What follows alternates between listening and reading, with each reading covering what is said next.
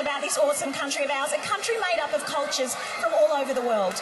And tonight we are going to celebrate that diversity as our performers share with us their own Australian stories. And why don't we start with a bloke who arrived in this country when he was just 9 years of age. Since then, he's racked up a few different hairdos, plenty of tats, and more #1 singles than any other Australian male artist.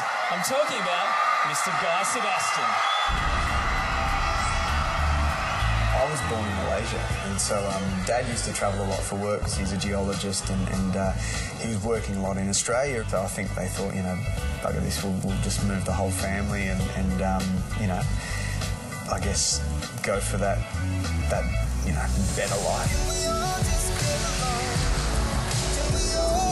On Australia Day, it is good to reflect, especially for me, because I did migrate here many years ago, and it makes me kind of think, like, I wonder what life would have been like, you know, who knows what it would have been like. I've been so lucky here, and you know, I'm glad I moved here when I was little, because I couldn't have written a better life for myself. Like, I do what I love, and I live in the greatest country ever. Speaking of young Aussies who inspire people, our next guest at the barbecue is my friend Guy Sebastian. Welcome, Hello. buddy. Thanks, mate. This smells good. Look, that's Jimmy Barnes's. That's Adam Gilchrist's effort there. That's pretty good. I haven't seen something that overcooked since I watched Russell Crowe in Les Mis. That's all right. He was born in New Zealand, so that's okay.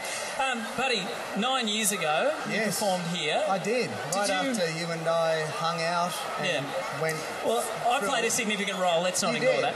I wouldn't be here without you. Would you imagine that... Okay, let's do it. Let's do this. That is a tongue hug, which I do not recommend at home, just for safety reasons. 9 years later, would you have dreamt that you would have that many hits and be that huge? Well, for me, you know, when you start out, you've got the headspace of, imagine if I got on radio. You know, like, that's a massive dream. I said it in, you know, before in the interview, like, I could not have written a better life for myself. Like, I wasn't really that ambitious, you know. I never really wanted to be famous, or I just wanted to do music. And so for me to still have a job and still get invited back nearly a decade later doesn't, you know, it makes me feel a bit old, but it makes me feel grateful I've still got a gig, you know, I've still got a job. Well, you're a very talented man on stage. I don't know what your talents are like with the barbecue. Give that a go. Take a pick of meat. Is there any curry? Anything? No cut? No, there's nothing curry. No curry, I'm afraid. We might be able to get some pepper. That's as spicy as I things might get choose around a here. prawn. Okay, get around there. Yep. Grab yourself a prawn. I'll have a go with the Barbie, mate. Oh, should I do a bug? Yeah, no, I'll do a prawn. Don't muck about. We don't have any curry. Just put the prawn on. Go. How's that? That there is the Barbie, mate, which is such an iconic Australian invention. It was actually up for Australian of the Year in, I think, early 80s or something. I remember that. Look it up. But speaking of Australians of the Year, Kate Ritchie is with this year's Australian of the Year. I've got to remember to take a piece. Just a